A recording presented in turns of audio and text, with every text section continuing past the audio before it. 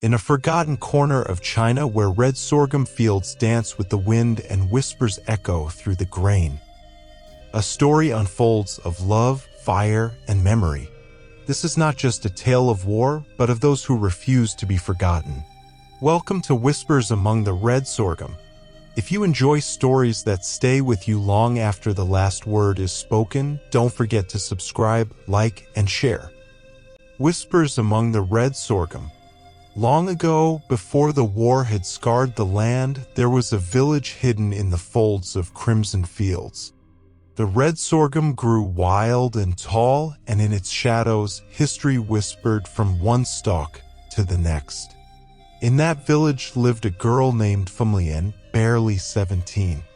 Her eyes, sharp as a blade, knew of silence and duty, for she had been promised to a man she had never seen, a man twice her age who owned a decaying distillery and a heart full of bitterness. The road to her marriage was narrow and muddy. She rode in a red sedan chair, carried between endless rows of swaying sorghum, each gust of wind like a warning from the land itself. Her heart did not tremble. She did not fear, but she wondered, would this be her end or her beginning? Midway through the journey, the silence was shattered by a cry: bandits. Shadows moved quickly through the field. The porters fled. Alone, Fumlian stepped down onto the dry soil. And from the sorghum, a rider emerged, dressed in black, with a bow across his back and the calm presence of a man who had survived many battles. His name was Zhanao, though no one truly knew who he was, only that danger followed him like a second skin. He said nothing at first, nor did she.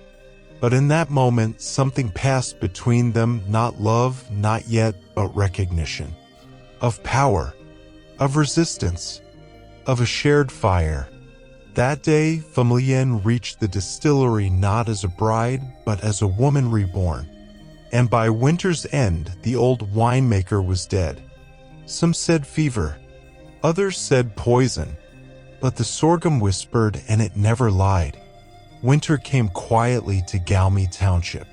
The red sorghum withered under frost, but its scent still lingered in the earth, rich, bitter, and alive. The distillery, once a place of drunken shouting and stale grain, was now silent. After the death of the old winemaker, no one dared speak of what happened. Fumlian did not mourn. She stood before the cracked fermentation vats with bare feet and burning eyes. She remembered everything the old man had said in anger and everything he never taught her. And she knew the wine would not die with him.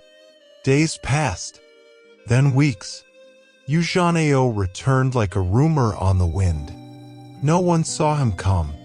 One night, he simply appeared, leaning against the doorframe of the distillery, half hidden in shadow. He didn't ask for shelter.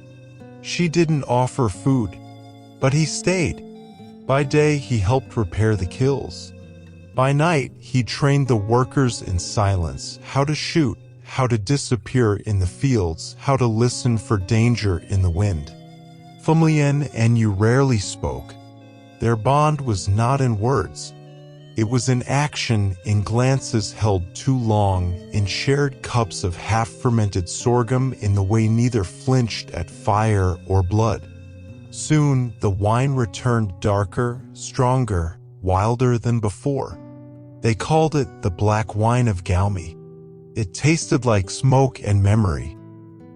It burned like truth. People came from all directions to taste it, traders, rebels, soldiers. But behind every barrel, there was a whisper. War was coming. And then, one morning, before the sun had fully risen, it did. The Japanese army swept through the land like a plague of steel. Villages burned. Men were dragged from their homes. Women disappeared into silence. At the edge of the sorghum fields, Fumlian stood unmoved. She held a rifle across her chest. a relic from a forgotten war, and beside her, Eugenio stood like a statue carved from smoke. They would not run. They had prepared the distillery for this. When the enemy entered Galmi, they found not farmers, but fighters. You led the ambush with deadly precision. The Sorghum, once shelter for lovers and spirits, now hid gunpowder and blades. Explosions tore through the fields. Smoke rose like black flowers. Many died, more fled, but Fenglian remained. Blood on her hands, fire in her eyes. She became myth. Some said she drank the blood of enemies. Others said she disappeared into the sorghum and never aged.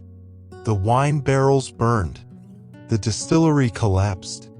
But the scent of sorghum it never left. The war ended not with a cheer, but with silence. After years of blood and fire, the land stood still. The soldiers vanished like dust. The banners fell. And in Galmi Township only the red sorghum remained, growing again, quietly, stubbornly, as if nothing had happened, and yet remembering everything. No one ever found Fenglian. Some say she was taken by soldiers in the final raid. Others claim she walked alone into the sorghum, dressed in red, and was never seen again. But the fields remember her. When the wind rises, they say her name in the rustle of the stalks. And Eugenio? He survived the final battle, burned, broken, and silent. For weeks he wandered the empty roads, a man with no country, no future. Then, one dusk, he returned to where it all began, the ruins of the distillery. The building was gone. Only charred stones remained, but the earth still smelled like wine and ash. He knelt, pressed his hand to the soil, and whispered something only the wind heard. That was the last time anyone saw him. They never had a grave, no stone, no names carved in marble. But they were never forgotten, because in every barrel of black sorghum wine, their story lingers.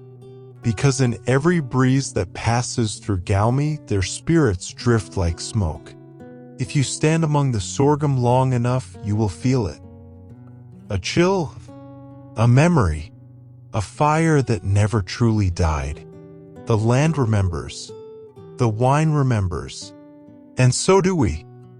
Their names may be lost to time, but their stories remain carried by the wind, rooted in the earth, and whispered through every field of red sorghum. Thank you for joining this journey. If it touched you, leave a comment below, and until the next story, stay curious.